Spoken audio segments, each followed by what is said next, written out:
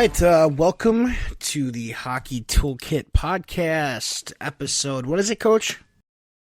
I think we're on 24 or 25, but it's season 2, episode 4 for sure. Well, that's good enough for me. I'm Trevor DiCarlo. I'm Andrew Trimble. Yeah, and we're recording this on a nice Sunday evening here. It would be the 12th of November. But yeah, we're gonna jump right in and just kind of catch up here and see what we can make out of this. Usually it's always good. So, but what? Yeah, we're good to go. Yeah, I mean, so Coach, I know you just got back from a long little weekend trip here. Where were you at and what were you doing? So we've had EHLP games the last couple of days. My son Barron had a game in Hingham, Mass. And then between that, we also had the New Hampshire State tournaments for our 18s and 16s. So the 18s luckily played here in Laconia, which they made the finals, but they lost in a really tough game in the finals.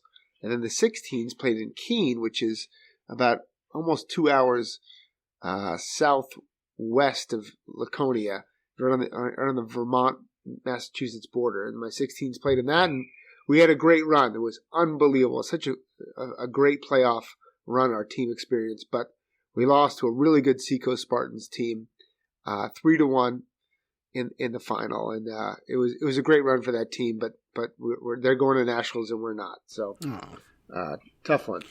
Oh, for sure. That's definitely. I mean, that's great that you guys made that run. And 3-1. That sounds like a close game. Well, I said to one of our kids, Richie Vargas, great kid. We had a really tough middle part of the season, and this fall season, it's just like 15 games, and we were about game 7 or game 8, and he was like, I don't want to lose these games, guys. I don't know why we're losing. Like he was really frustrated. We had lost like 2 or 3 in a row, and I said to him, guys, individually, we've all really improved. Like everybody in the building sees how much your individual skills have improved. We just haven't had that team cohesion. We haven't gotten to that place yet where our team is being successful on the ice, but that'll come if you stay together as a team. And I'm not a genius, so I was just hoping for the best, right? But sure as shit, man, we went on like an 8-game run, and we ended up finishing 4th, but then we knocked off every seed in the playoffs, and we found ourselves in the finals, and it was a really great season. No, that's fantastic. Congrats. I mean, again, that definitely right there shows growth. But I got a good question on that. Because it's a topic that's come up, recently from other people I talked to. Again, throughout the season, and especially that type of season you have where it's a very short window, like maybe 2-3 months tops. If that, how do you I don't know. I've always felt as a coach, unless the players truly stick out, sometimes it feels like it's tough to decipher if a player's really improved or not.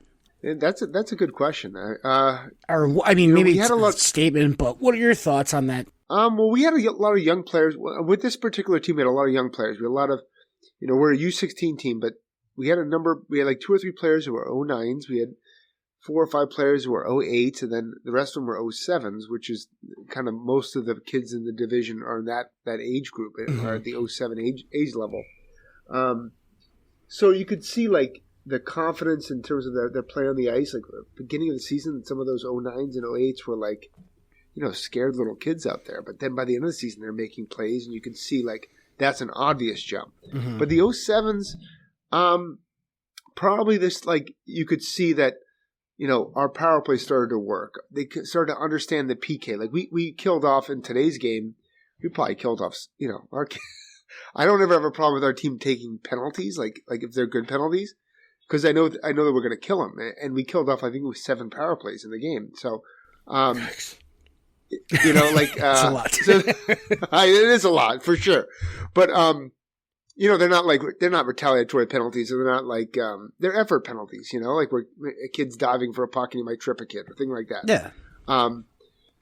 So I saw growth in that, their understanding of the systems for those older kids, and the younger kids. I saw a noticeable improvement in their skill levels. What do you think, Trevor? I mean, it's one of those things where again, like I said, I mean, in a short amount of time, and I think when you're moving kids up that level, maybe I guess it would be easier to see. I've always felt it's tough to. For me, it's always been kind of tough just because I mentally focus on it so much away from the rink that even at the rink, like, I think when you're just around people, I think I kind of like. I make it kind of like one of those things, constituted as one of those things like in my mind where like weight loss, like if you're consistently looking yourself in the mirror while you're, every morning when you after and you're going through a diet and you're working out, like you're not going to, I feel like you don't see those changes, and that's one reason why it derails a lot of people from losing weight. But it's like, I guess one of those things where, I might just try this myself, take video from one game early in the season and then like play it in the middle of the season and just to kind of see that improvement. Cause I tell you, like, oh, okay, take pictures, once a week, if, in front of the mirror so you can see just those changes. Cause if you do it every day or if you step on the scale every day, you're going to have ups and downs, but you're not going to really see that growth or, in that situation, the loss, or unless you're like me who just drinks pop and eats donuts, and then you're going to be growth. But yeah, so I mean, that's one of the things where it's like tough where, and it's like, what is, development? Like, what are you looking for? I guess. So I don't know. I guess this is more of a coaching philosophical question, but it's just one of those things where, it's tough because you do sit there and you talk about players I know in the past we have where we said, hey, like, oh, I don't think so-and-so's really gotten, he's really developed much or whatever. But I guess I've really never done anything to, prove those theories or prove those, hypotheses. So I don't know. That's a good point though, Trevor. Like, my first year in Laconia, it was 2014-15. We had a life coach who came out after a long weekend, and she did a great job with the team. And we built a relationship. We were talking about a lot of different things in terms of, getting the team on the right track after that, disappointing early weekend we had with our team. And I was going into a video session with the team, and she said, "What are you going to look at? You going to look at the positives or the negatives?" And I was like, "Well, I'm going to look at kind of a combination of both." And she said, just try looking at the positives. Don't look at any of the negatives. Like, don't even talk about that stuff. In my head, I'm like, well, there's so many freaking negatives. Like, I mean, we got to clean up this. We got to clean up that. We got to improve this. But I tried it for a month. I tried just looking at the positive plays. Okay, we had really good middle drive here. We made good decisions in the offensive zone here.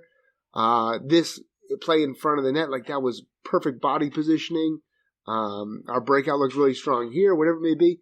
And lo and behold, like, we get 2 months down the road and it felt really good. And the team had like a really good atmosphere and we started to win some games. And I kind of took that approach a little bit with this group where we're looking at, for every one bad clip we're looking at 2 positive ones. And, the team started to feel good about itself. And I saw way more positive clips towards November than I did in September. So I think that's where I measure my growth a little bit, in that if I'm looking at a 60-minute game or a 45-minute game, that's what they play out here. Yeah. There was way more positive clips than there were negative clips. And even that was even in some losses too. Like, oh, we played a good enough game here. We could have won because we're playing the right way. So, just focusing on the positive a little bit helps sometimes. No, I definitely like that. And I think that's, a great thing for, as well, not only myself, but for a lot of people out there to kind of start doing, because I feel like once you get in that, I feel like it's so much easier to be negative and you get that negative energy going and it just like compounds itself right on top of each other, like one thing after another. But when like something good happens, like you got that one good thing and then like, it doesn't just continue to go. It just like, it stops. And then it's like back to, I don't know. It feels like negative energy is just so much, not even energy, but negativity is just so much easier. It feels like, especially when you're a coach, like, or a player and you're just like, oh, we can't do this, or we're not doing this, or we're not doing that. And it's like, I agree with you. Like looking at the positives, like, well, what are we doing well? How can we build off of that and turn our negatives or the things we need to work on? How can we build that into it? And so I do like that idea. So it's something I will definitely put in my coach's toolbook here. Toolkit, not toolbook, but toolkit. But well, it's so easy to go down those wormholes sometimes. Like I get a couple of pops in me on a Sunday night. Maybe all of a sudden I'm like really searching for Sasquatch or the Loch Ness monster. Like there's some new footage out there that's really compelling, and you got to do it. You got to do it. You got to go down there, but like I got to have some discipline and say like maybe I'm just going to focus on the positive here. Yeah, no, and that's I think it's just a good. Stay out of the wormhole. Exactly. Yeah, that rabbit hole can get nasty, but. So in other news, I think since the last time you and I talked, since last episode, there's been there's a pretty big event, out in, I want to say it was the UK. Adam Johnson, hockey player playing in the professional league out there, took a skate to the neck, and unfortunately he passed away from his injuries. There was clearly a lot of media attention to it, not only just the hockey world, but also, sports and regular people in general. I mean, I was getting text messages about, oh, did you hear about this? And I'm like, do you even watch hockey? But, it was one of those things where now there's a lot of discussion, and rightfully so, about the neck guard debate. Should players wear them and should they have not? Should they not? And I don't know about on the East Coast, primarily in New Hampshire for you guys, but I do know that USA Hockey does not actually mandate the rule that you have to wear a neck guard. Hockey Canada does. Most of the European countries do. I mean, literally the next day, all of, I want to say again, the UK, they mandated all their lower levels to wear them. I even think the professionals had to wear them. But USA Hockey is still sticking to their guns of, let me backtrack a little bit on that. They were sticking to their guns where they're just saying they recommend it. And now I've seen 2 emails in the last probably 3-4 days that USA Hockey first, reinforced what their thing was. And then they said, well, it's going to be something we talk about in our, winter meetings. Coach, what are your thoughts on the whole, neck guards, good, bad, ugly? You in favor of them? You not? What are your thoughts?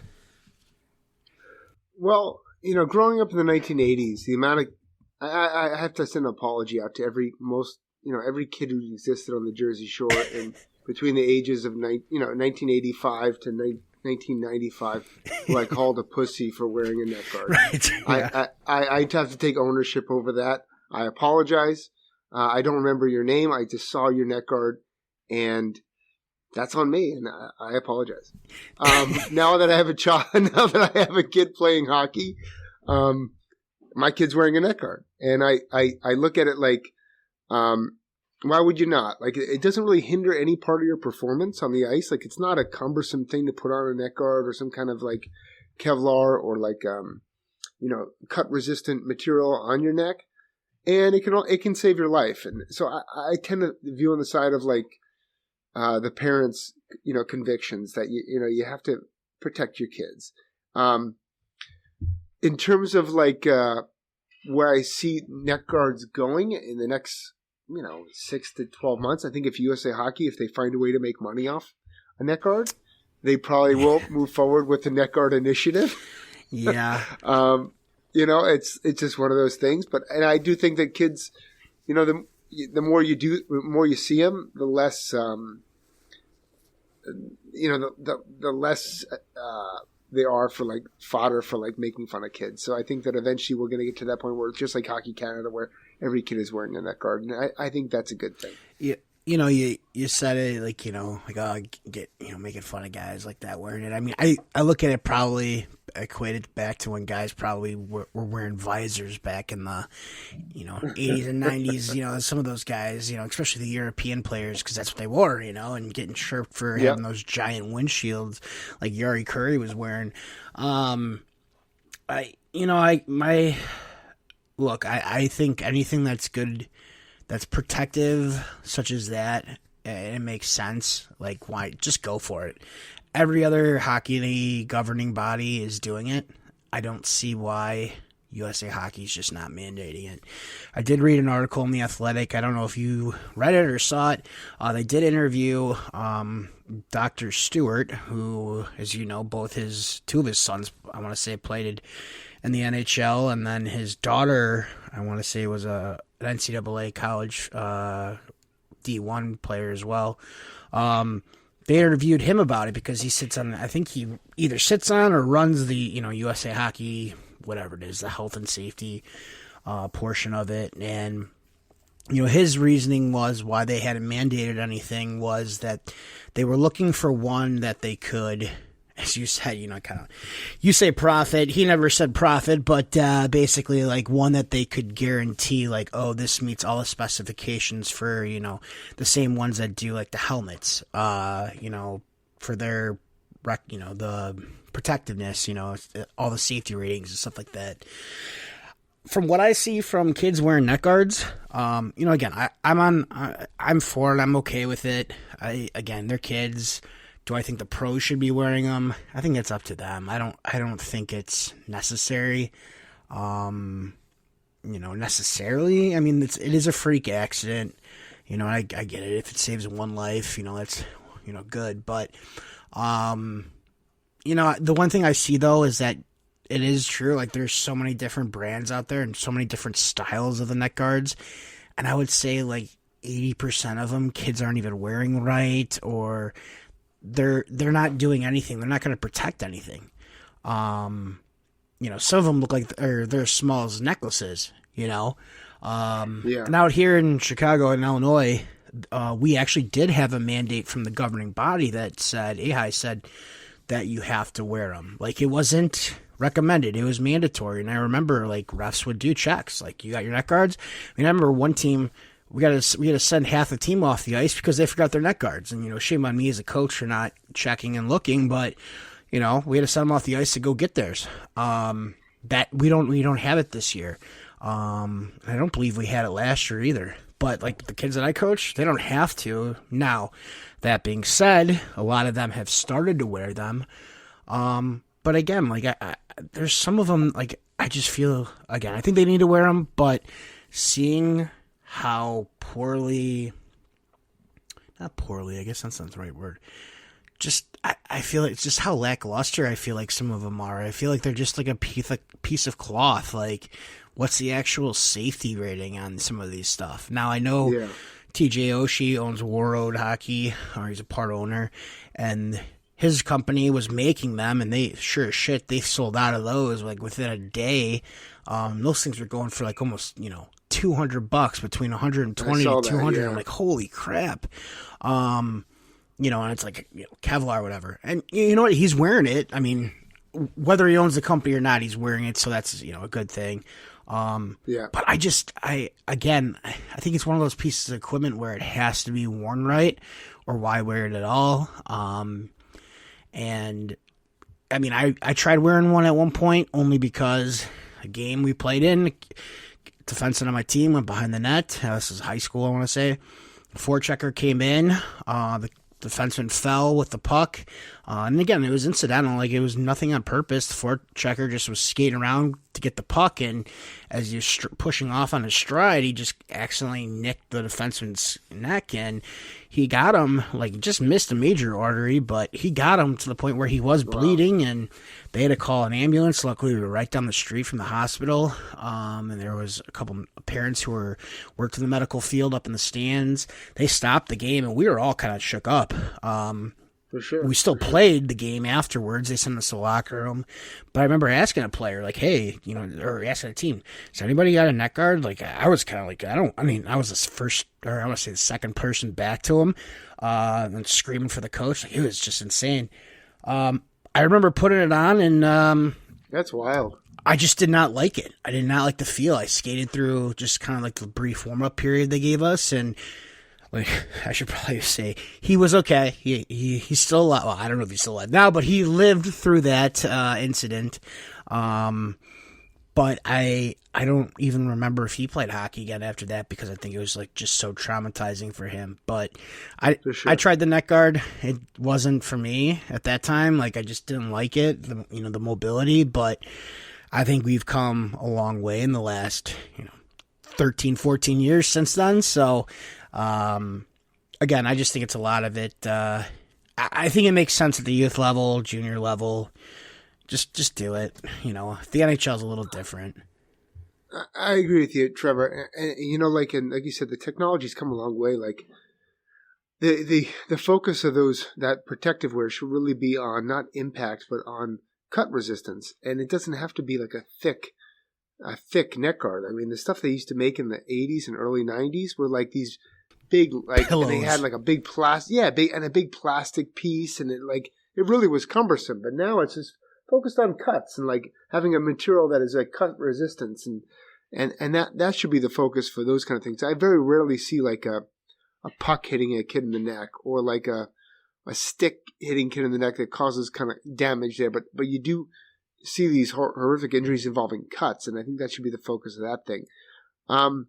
In terms of like the discrepancy of injuries from one protective gear to another, like, we have rules in some leagues for wearing earpieces. We have rules in some leagues for wearing cat-eye goaltender like cat-eye masks, or rules for mouth guards. I mean, the mouth guard issue, they don't prevent concussions. That's been completely debunked. Yep. The cat-eye, I've been around cat-eye masks for probably 35 years, and I've never seen a puck go through a cat-eye mask.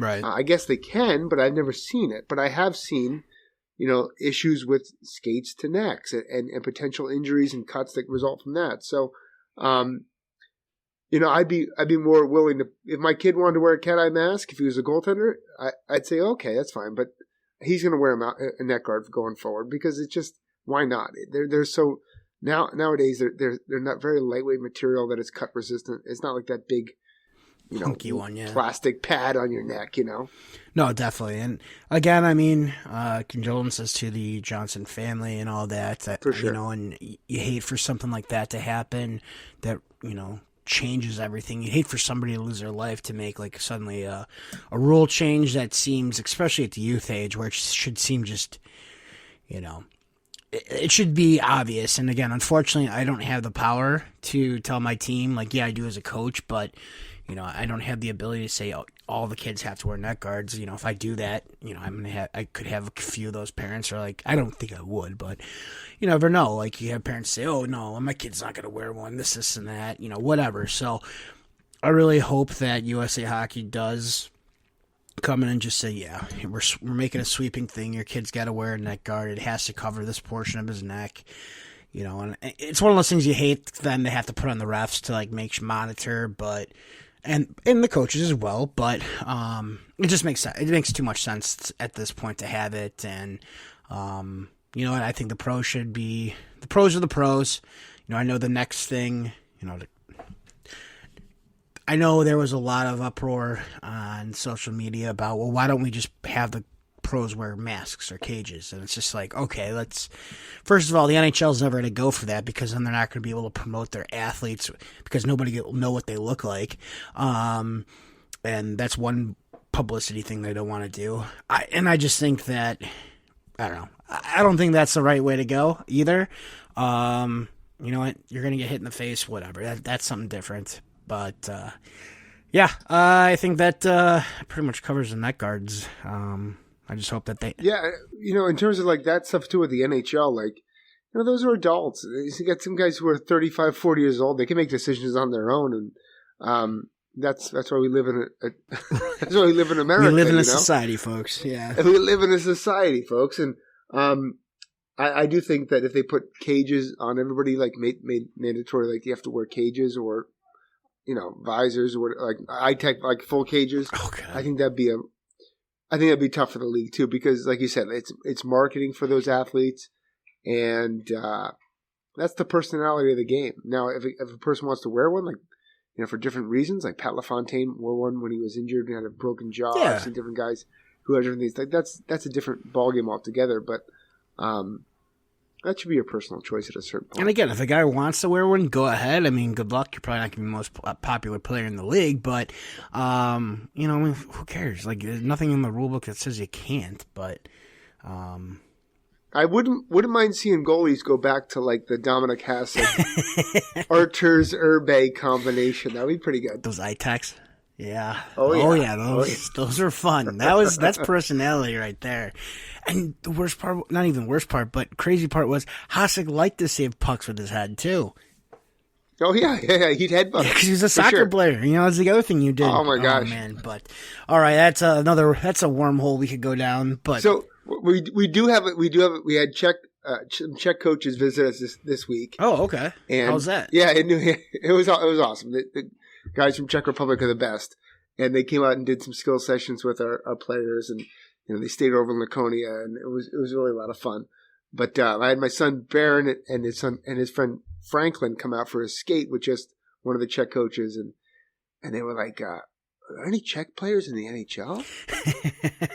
And I was like, "Well, on the Bruins there's Pasternak. He's pretty good, but then you might have the greatest goalie of all time, Dominic Hasek, is a Czech player. Oh yeah." And you also have a pretty good player named Jaromir Jagr, right, who is a Czech player. So there's some pretty good players from the Czech Republic. Absolutely. I don't care. I still think that Hasek is the greatest goalie to play in the modern era, at least right now. But I'm sure that I've shown clips to my kids of Hasek and Nets, like those, NHL top 100 all time. Yeah. And it's like, who is this person? What is he doing in there? And it's wild. It's amazing and wild, but it revolutionized the game. Because he didn't have a style. He just played hockey, and he didn't care what it was. All he cared about was making the save. So, yeah, that might be a good topic for another day for sure. I'll have to write that down here.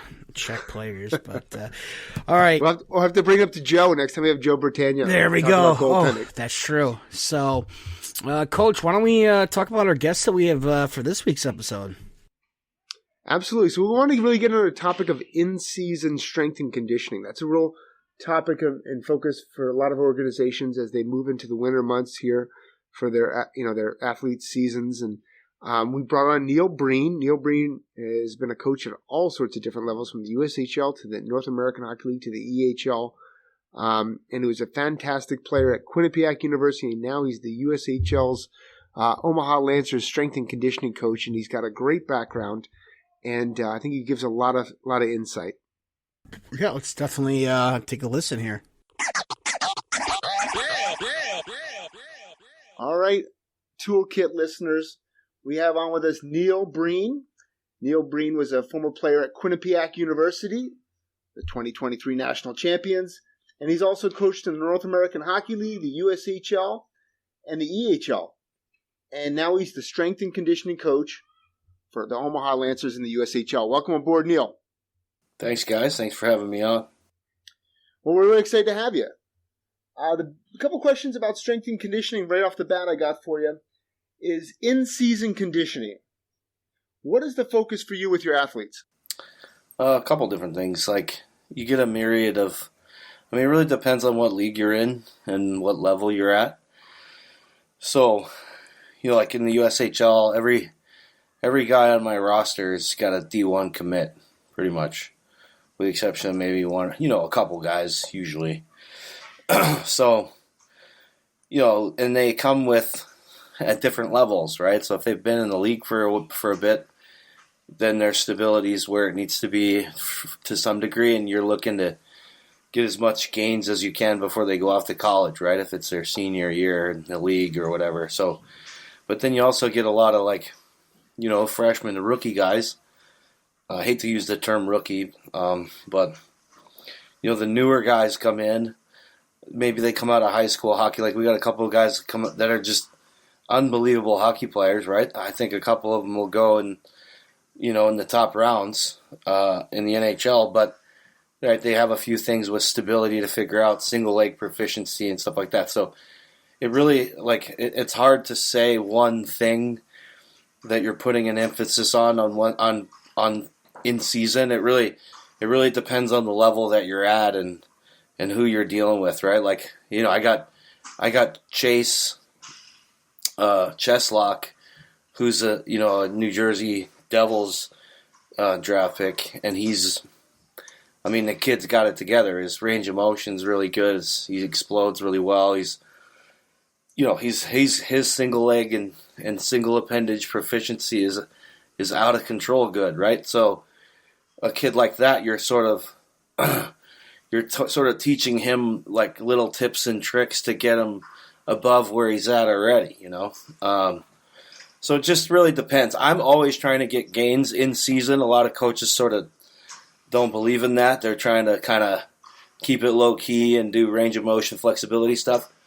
My guys are doing like 85% max lifts and stuff. So, like we don't mess around. No, I love that. You see so many times that just guys want to maintain throughout the season, but you have a lot of downtime and you can maximize that time.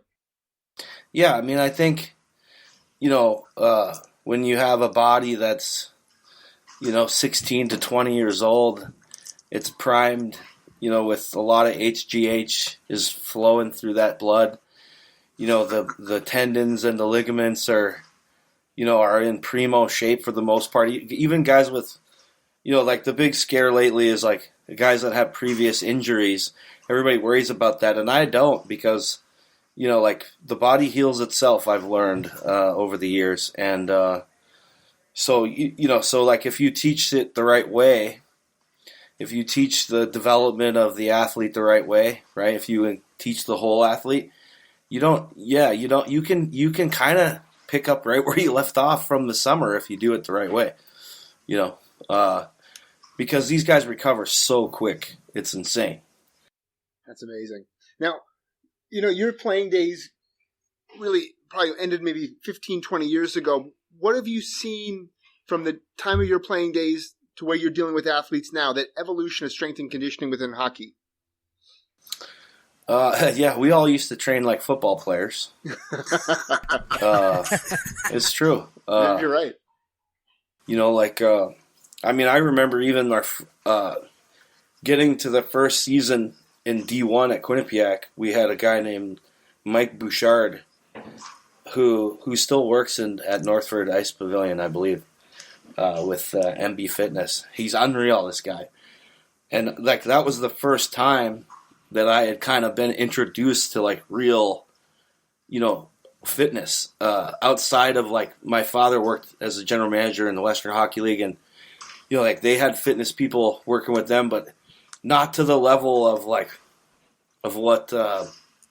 Quinnipiac was doing, and what he brought in like not Mike Boyle, but he brought in Bouchard, who knew the game of hockey, right? He played at a high level, and that like kind of changed everything for me as an athlete for sure. And I, in the past, like you still see it actually, like guys training hockey players like football players, right? They're doing a bunch of back squat and a bunch of double leg stuff, which is like, what are you doing?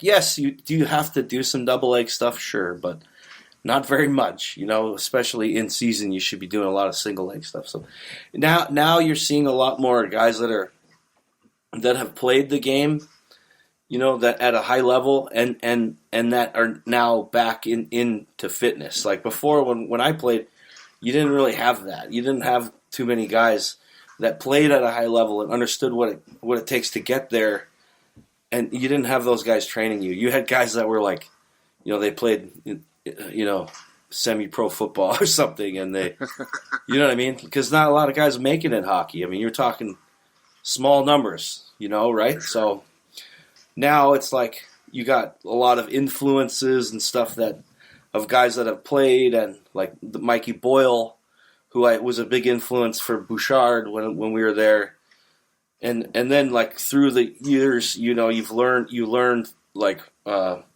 lots of cool stuff of the guys who actually made it and were successful, and that's how you're supposed to teach it, right? But you still have guys out there doing the football track.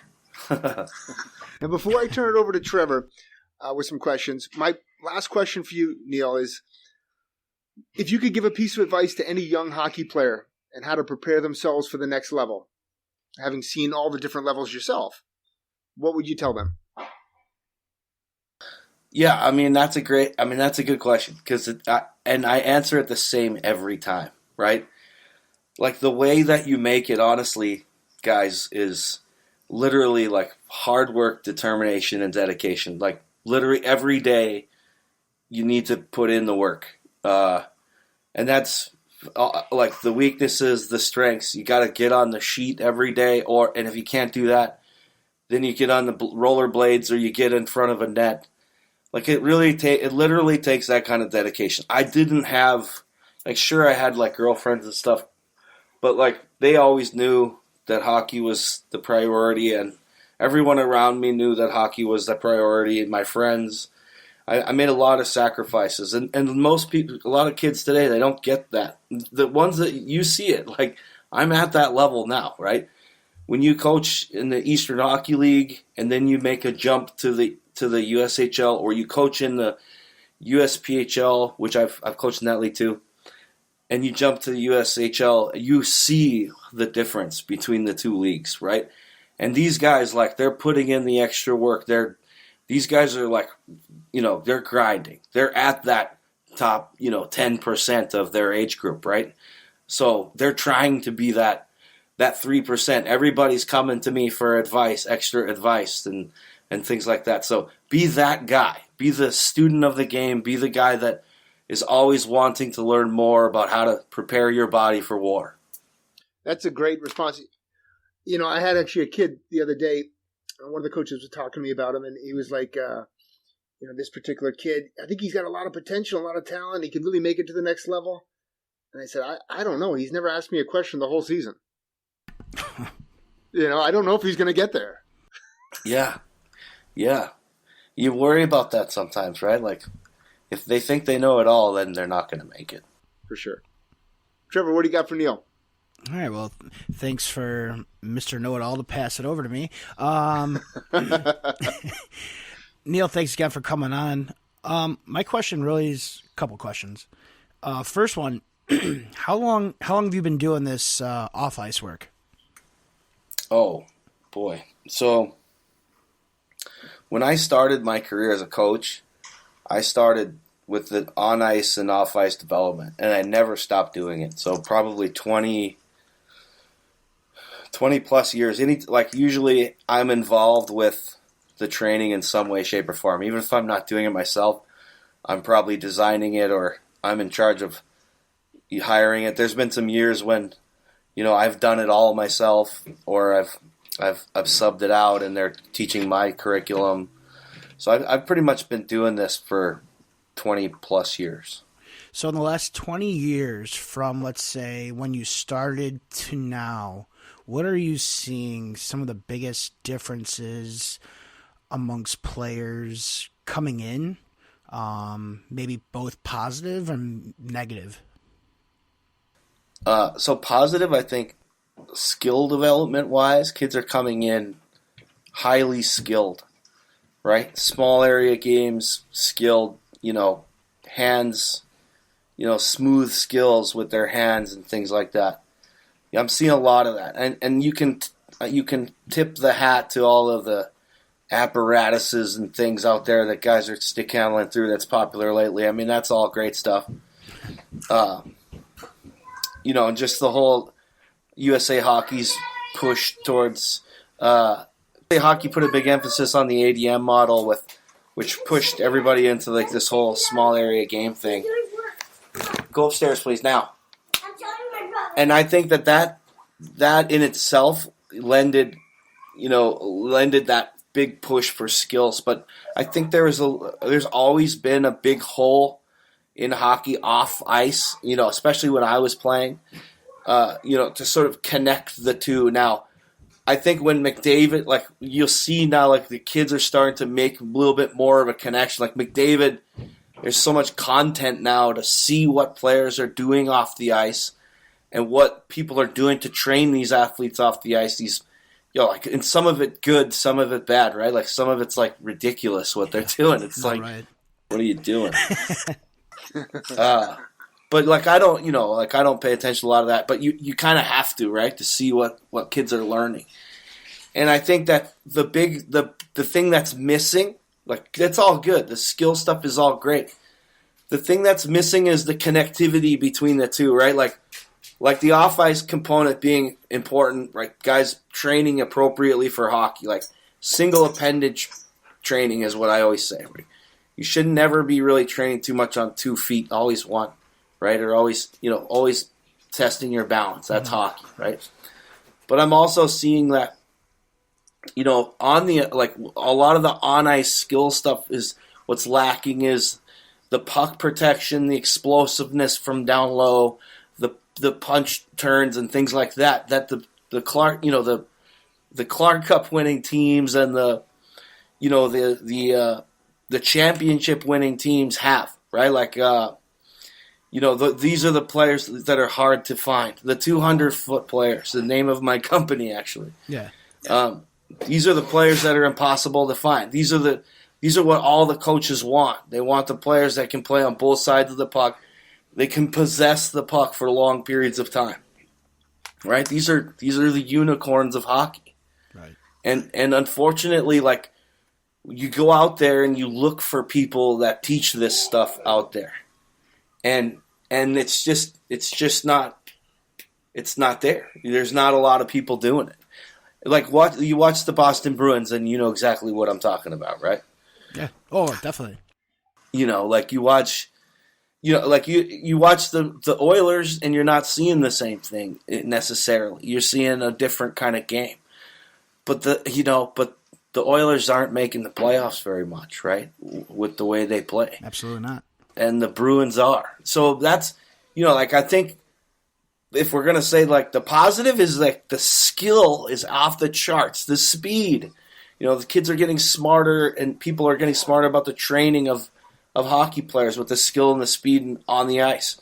Right? But what we got to find is that how are we connecting, like, these off-ice explosiveness and stuff to a more, like, puck protection, if you will, more grit game. Because that's what kids need to get from last year of junior to a successful first year of college hockey. I don't care if that's D3, D2, D1, whatever, even ACHA. Because ACHA, make no mistake, is really good now. Yeah. So if a kid wants to do really well in that first year and not ride pine or sit up there and eat popcorn next to his girlfriend or whatever, Right. You got to understand this piece that I'm talking about, which is that protecting puck, possessing the puck, right? No, I may not be a guy who can go down and place pucks in the top shelf all day, but what I did and made a career out of is I own the corners. Like, I get a puck in the corner, like, you're not taking the puck from me. It's not happening, and I'm not giving it up until I have a pass to one of my line mates. And that's, if you ask me, that's why the Boston Bruins are successful, because they have a bunch of guys like that. No, absolutely. I don't disagree with that at all. It's one of those things that has been holding back a lot of those talented teams, is that they've got so much talent, but not enough guys that are willing to play that 200-foot game. Right. I think it's the biggest hole in hockey currently. Like, it's less, and I think it's a scare thing. Like, I even got the scare, right? Like, I had some brain problems, and the first thing I did was blame hockey and so on, right? But now that I'm healed and realize that the brain can actually heal itself and the body can heal itself, I'm back on the train of, you got, like, the game. You need to teach this kind of toughness aspect of the game because it protects players. I mean, look at what's happening. I mean, I think the reason why we're getting so many concussions is because of the sort of softening of everything. We gotta stay hard. That's our game, right? We gotta stay rough and tumble. That's our game, fellas. I love it. That's awesome. Well, so that's why I started my company, 200 Feet. What we do is we teach puck protection. We teach net front skills, like to if you're in front of the net on the power play, like, you're going to be a savage in front of the net if you work with us. In the corners, you're going to own the corners if you work with us. Like, I'll basically teach the game I played for my career, and it works. Like, kids are putting it in their game right away. I mean, watch youth hockey today and see how many kids are protecting pucks. I'm living it, yeah. Yeah, and if you put a kid out there that knows actually how to protect pucks, even if he's limited in skill, he's going to be an absolute savage out there because nobody knows even what to do with that. The refs are calling everything under the sun too, so if he starts if his possession time's up over like 10, 15 seconds a shift, right? Like kids are going to get upset about that. They're going to be that they can't get the puck from him, and now they're start taking penalties, and boom, you're going to win every game. Like so, that's why I think now's the time for 200 feet to take off, and so good for me, but right. But I think the sport needs to change. Like coaches need to be better about teaching that protection game. Like make it a part of your practice every day. Is what I say. I mean, that's what I've done for years. I've done that, and I have a pretty good track record of moving players on to college, like a very good track record. So, well, I mean, my other question was, you said your dad was a GM in the Western Hockey League. What made you decide to go and play the college route instead of trying to play major junior? Yeah, that's a great question. I get that one a lot too. Yeah, I was actually drafted pretty high up in the Western League draft too by the Tri-City Americans after my dad stopped working for them, mind you. Hey, no nepotism. That's good. But yeah, so I went pretty high in the draft, and like that probably would have been a good move for me. Just the type of player I was, like I like to mix it up. But I just had this bug, everybody my family wanted me to go to college, and yeah, so that was the thing. Like I wanted, basically what happened was I marched into the office. I think it was Tim Speltz was the GM at the time in Spokane, the Western League. I marched into that office. I said like, hey, I got picked up by Tri-Cities. I'd really like to play at home. What do you think, Speltz? And he's like, yeah, you know what, Breener, I don't think you're going to play pro hockey, so we're not going to take a look at you. And I'm like, wow, crushing my dreams. Right. So, so that was it. I was like, okay, I'm going to go the college route. Oh, makes sense. That's all I got for today. What do you got? Anything else, Coach? No, Coach, this has been great. I really appreciate you jumping on. And so once again, thanks to Neil Breen for jumping on the podcast with us. I thought Neil provided a ton of insight into what he does with his athletes with the Omaha Lancers, and also kind of his personal backstory about his growth within the game and within the program and within Omaha, and also his hockey career. So thanks again, Neil. Trevor, what are kind of the things that you took from that conversation? I really like, again, thanks, Neil, for coming on. It's, and we didn't even get to, really talk too much about it with him. But yeah, as you said, his background's really interesting. One of the things was he was an MMA fighter, which I didn't even know until like halfway through when I was just looking up some more info about, stuff that I could talk to him about. But I thought that was wild. But I did like, what he was talking about, how he's not afraid to kind of push kids for gains in the middle of the season or throughout the season, where a lot of people are more or less, they're very hesitant about that. And again, I think I don't know what the right way is and the wrong way. I didn't major in that, any kinesiology or anything of that nature, but, I do know that there's some people that don't, they don't want to do those gains or push that, that much. But I think when you're working at that younger age, it does make a little sense, at the junior level, because you do want these kids to be putting on some type of muscle throughout the season. That was one of the big things. I did like his discussion about the, telling us about how, the choice between playing in the, WHL as well as or going the college route. And I think that was a pretty interesting conversation, especially when he had, family ties to going up and playing the Dubs. So, those are, two things that I took away for sure. How about yourself, Coach?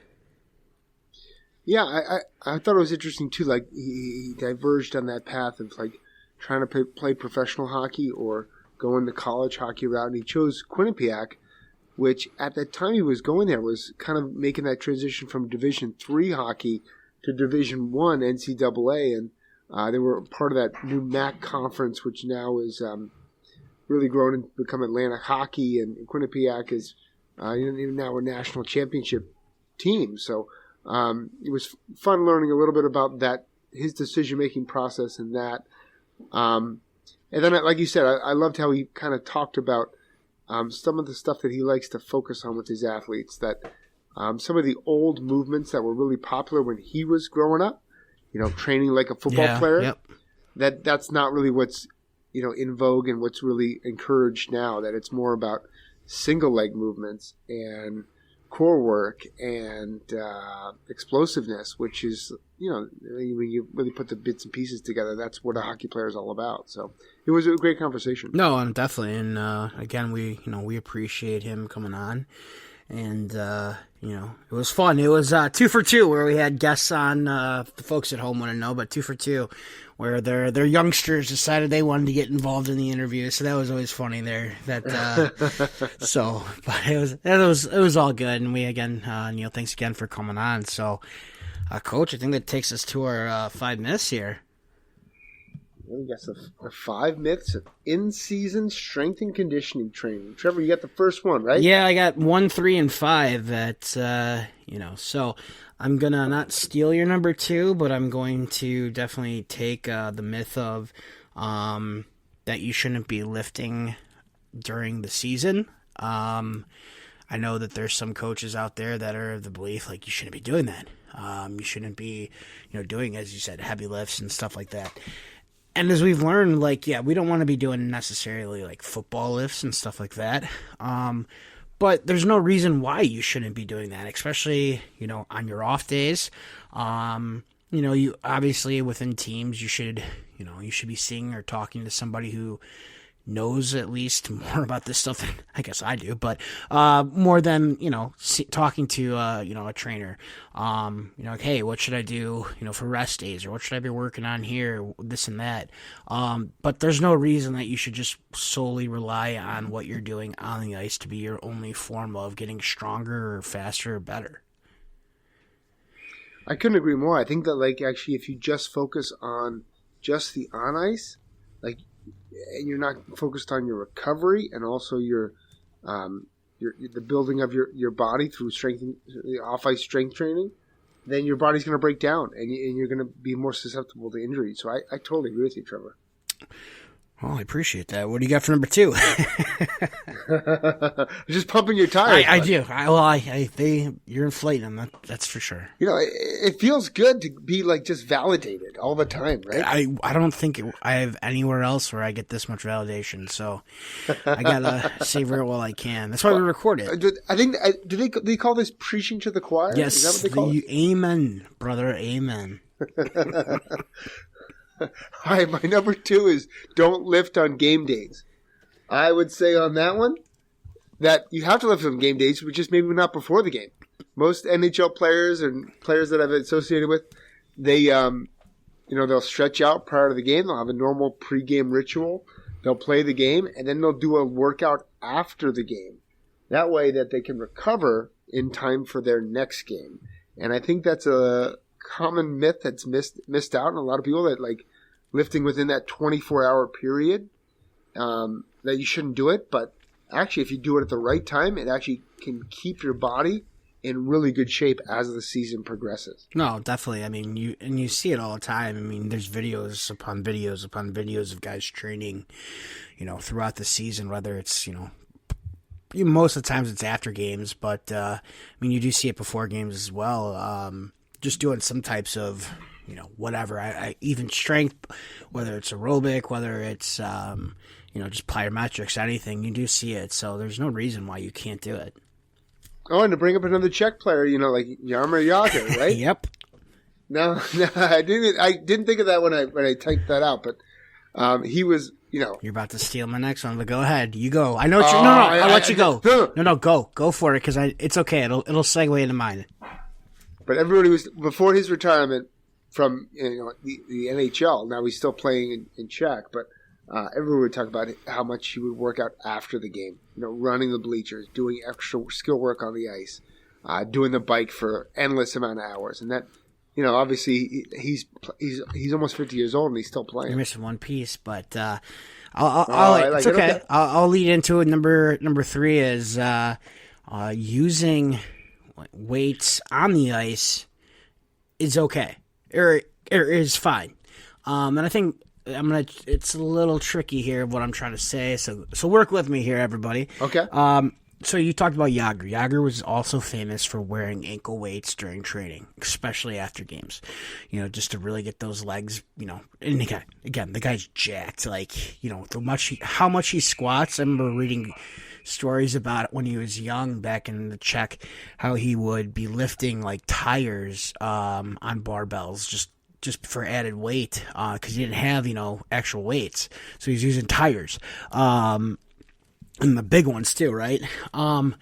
So, there's a lot of different tools you can use out there. Weighted vests. They got stick weights, weighted pucks.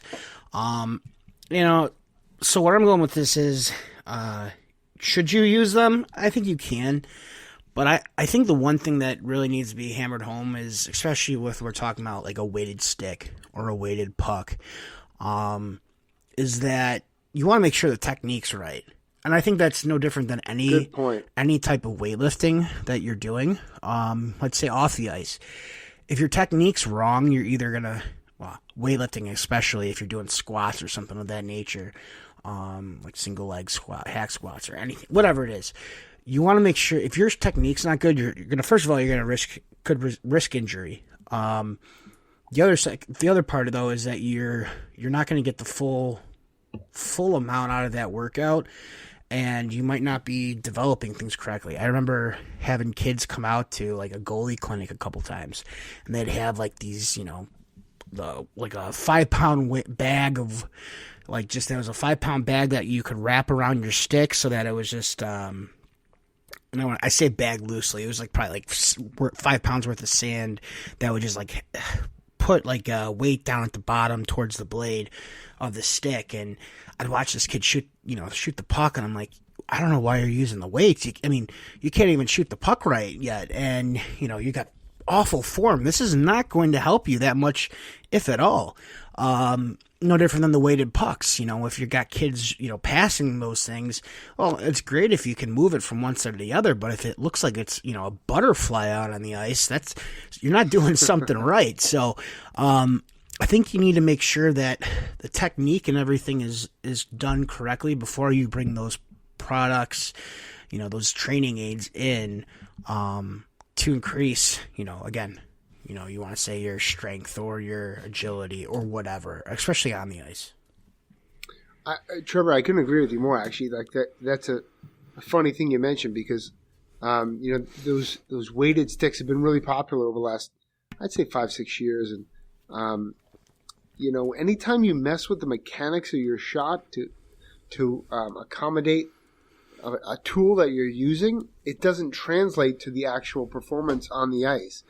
Sometimes. Right. And I don't want to discredit everything because I'm not a scientist or right. Yeah. But I found that like those weighted sticks are great for stick handling off the ice. They increase your hand speed. They increase your grip strength. But like for like shooting a wrist shot for say like that quick release, like a Connor Bedard, the way he shoots, you can't do that with a heavily weighted stick.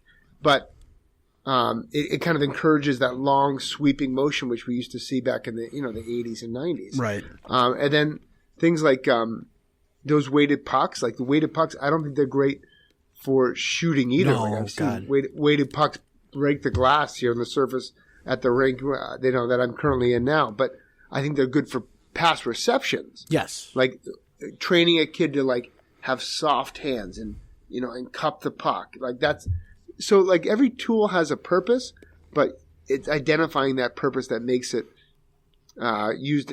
When it's used correctly, that's the ideal method. Absolutely. So what do you got number 4, Coach? Number 4. Number 4 is going to be a good one. I love how you wrote it too. What's that? I said I love how you wrote it too. Well, I had a coach that. Yeah, my terminology for sure. I had a coach that I coached with, and he was like, "Oh, we're only doing Olympic lifts." only doing Olympic lifts. And I was like, oh, okay. Are we training Olympic athletes? Right. Yeah. And he was like, it's just one of those things, whatever. Olympic lifts are not the bestest. Like, you're training hockey players. Like, you're training guys to be athletic. Like, to do just, 500-pound squats does not make you a better skater. To do just 700-pound deadlifts does not make you a better hockey player. No. To do a 300-pound bench does not make you a better hockey player. You should do athletic movements that incorporate balance and coordination, athleticism, but also that increase your strength within those constraints. And I think Olympic lifts sometimes, although they're like good on paper, like tell people like if you go to the bar and be like, oh, yeah, I bench 350 today, bro. Like that's fun, but like I don't know if that makes you a better hockey player. I remember when I want to say I was a sophomore I was going into my sophomore year. The high school I was at, we would have rad hockeys in the summer. 1 week is just a sheet of ice, and I mean I went every week because ice was ice and it was free for us. But we had some alumni come back, and one player who was at the time at Iowa State playing for their division, ACHA Division 2 or whatever, 1 team, real good player. And I remember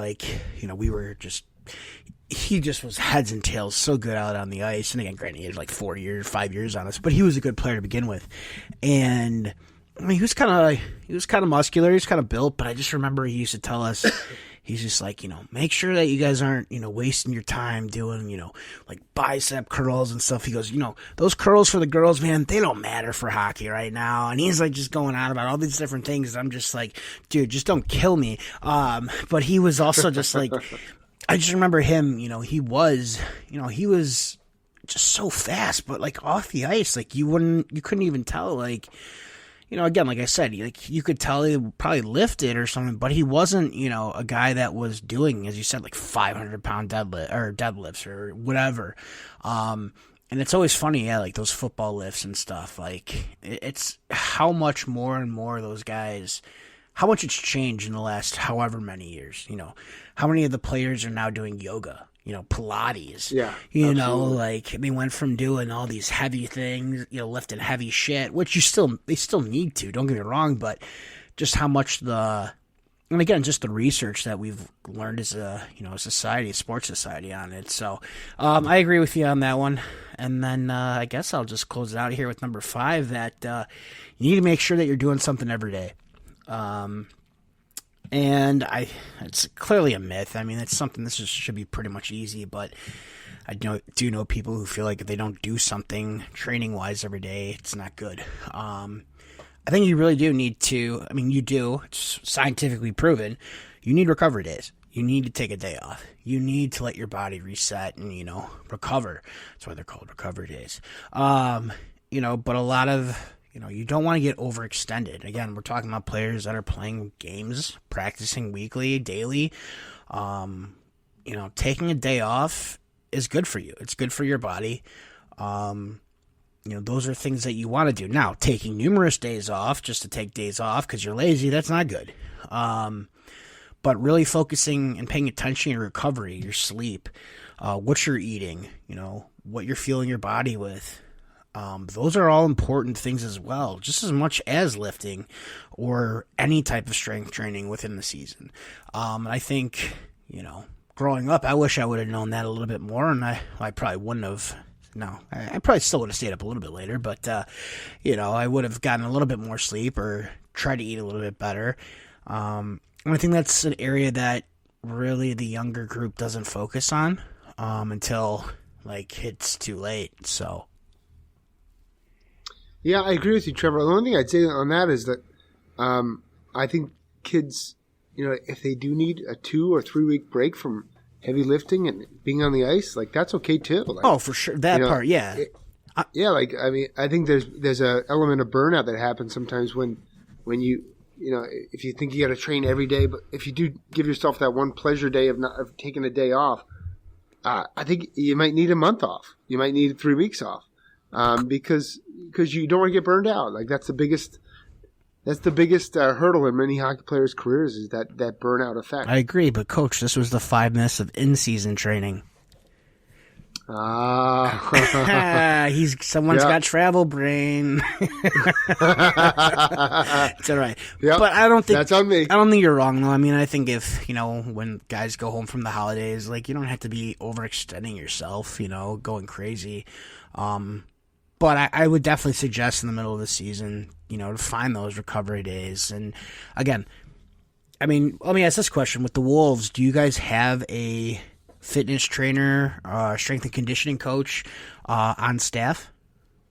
We don't, but we have, Coach Kuhns and I have a really good background with a lot of that stuff, and we'll bring in specialists during the season. So we have like a yoga instructor that comes in every single Thursday who just does yoga with our athletes, and we set the standard with our strength and conditioning, like weekly, daily workouts. So we have a good background on that, but I see the value of obviously having a really dedicated strength and conditioning coach for a lot of programs. I think it's a great way that a lot of programs have taken that next step with their off ice for sure. No, definitely. I was just curious because I do know that when I was doing my scouting with Rochester, they were very fortunate to get to work out of the Mayo Clinic, out of actually where Dr. Stewart works out of. His home office was on their hockey, their little hockey lab they had, which was one of the coolest things I ever saw. But I think that's something that's definitely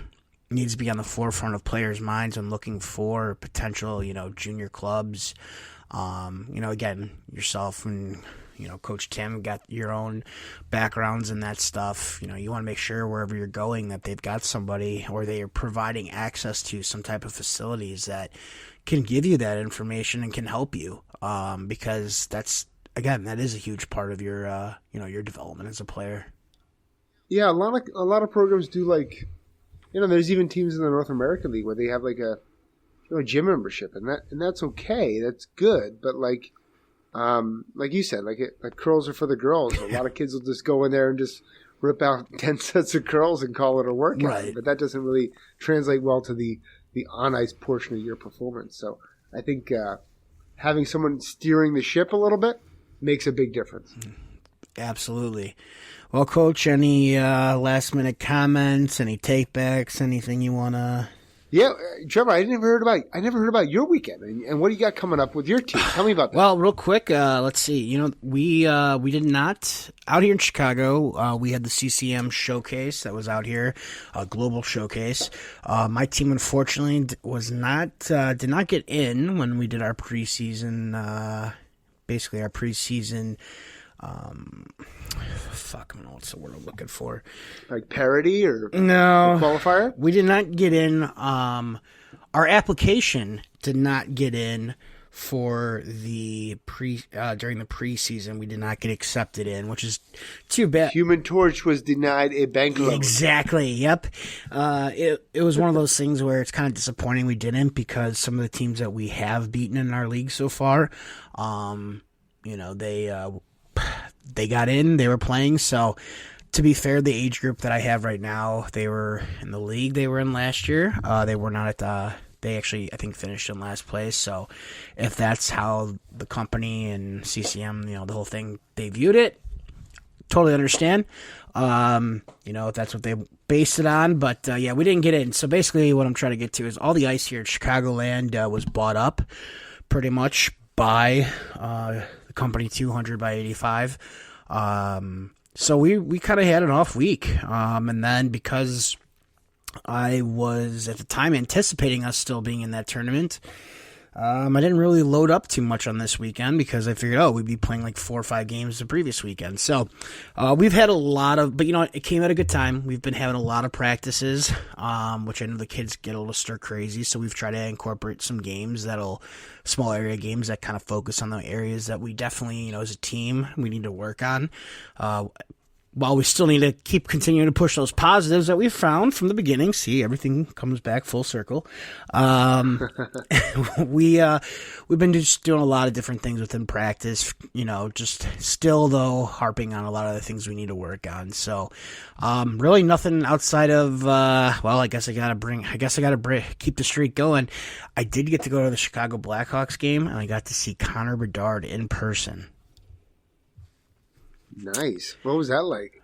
It was like seeing the second coming of Jesus, I guess. I mean, yeah, it just the light just was shining right down on him. And no, honestly, I was scared for him because he's like 5'9". I don't care what anyone says. He's like 5'9". And he probably weighs $165 soaking wet.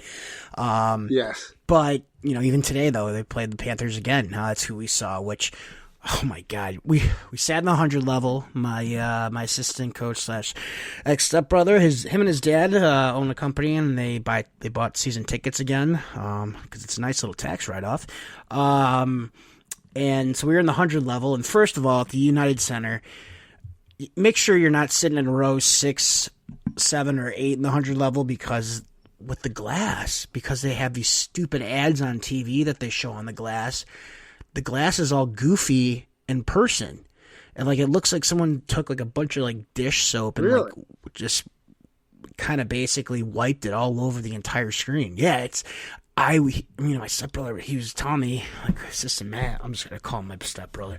Matt, he was telling me, he goes, yeah, there's something weird with the glass now. And I was I looked at it and I go, I wonder if this is for the reflective so they can do the ads on the glass. And he goes, I never thought about that. Still hasn't been confirmed, so if anybody out there knows what it is, but I'm pretty sure that's what it was. So anytime the puck went down on the other side of the ice, you basically had to look up at the Jumbotron, which kind of sucked. But we got to see the Hawks. They actually they won the game, which was great. We got to see them light up Andy Stolarz. And yeah, we got to see Bedard in person, and like I said, he was fun to watch. I mean, he's definitely got the skill. I can't imagine what he's going to be like in the next, even 2-3 years from now. He's something else. So, but yeah, it was a good time, and that's kind of basically what it's been. Just a really low key last 2 weeks, and now we're getting ramped up here, where we're going to have a crap ton of games coming up, and we're just got our Thanksgiving tournament released, the schedule, and guess who gets to play at 7:30 on Thanksgiving morning? No way, really? This guy. So, oh my gosh, that's terrible. Yeah, we got a game at I know and then the best part is it's a Wednesday, Thursday, Friday, Saturday, Sunday tournament. Our first game is Thanksgiving morning at 7:30 a.m. and then we don't have to play until Saturday. And we play a game at 11 and another game at 4. Oh my gosh, where is this played? Is it in Chicago? It's in the North Shore, on the north side. So we get to go and play. I mean, again, Thanksgiving game, okay, it's fine, whatever. It is what it is. I don't want to get up at 5 a.m., but who gives a shit, right? But now we got to go play 2 games on Saturday, and another team has to do the same thing. While the 2 more local teams in that area, 2 of them, I guess the other one is one, but they get to play Wednesday, or they have to play Thursday, Friday, Saturday. There are 3 games. So I'm like, come on, what are we getting bonked over here for, So I got basically 3-4 hours between my games, and these other teams basically get to walk in fresh, so the adversity's it's there. We could do but a whole episode on the nonsense that exists with tournament scheduling. Oh my God! There you go. That'll be the next episode because I got plenty of stuff on that one. But that'll so be we like got that. Festivus, you know what though? Festivus episode. I got a lot of bones to pick with you guys. We're gonna talk about it right now. Yeah. Luckily, it's a local tournament that's ran by the team or the club, 2 clubs, and they're not a hockey company that I will refrain from talking about right now, but hockey tournament company. But yeah, so honestly, we've just been working hard, having fun with the kids, just trying to work on different things, and that's about it. So I can't complain. Can't complain. That's good stuff, Trevor. All right, Coach. Well, it was great catching up with you. And, I'm Trevor Carlo. I'm Andrew Trimble. Thanks for listening to the Hockey Toolkit, and we will catch you on the other side.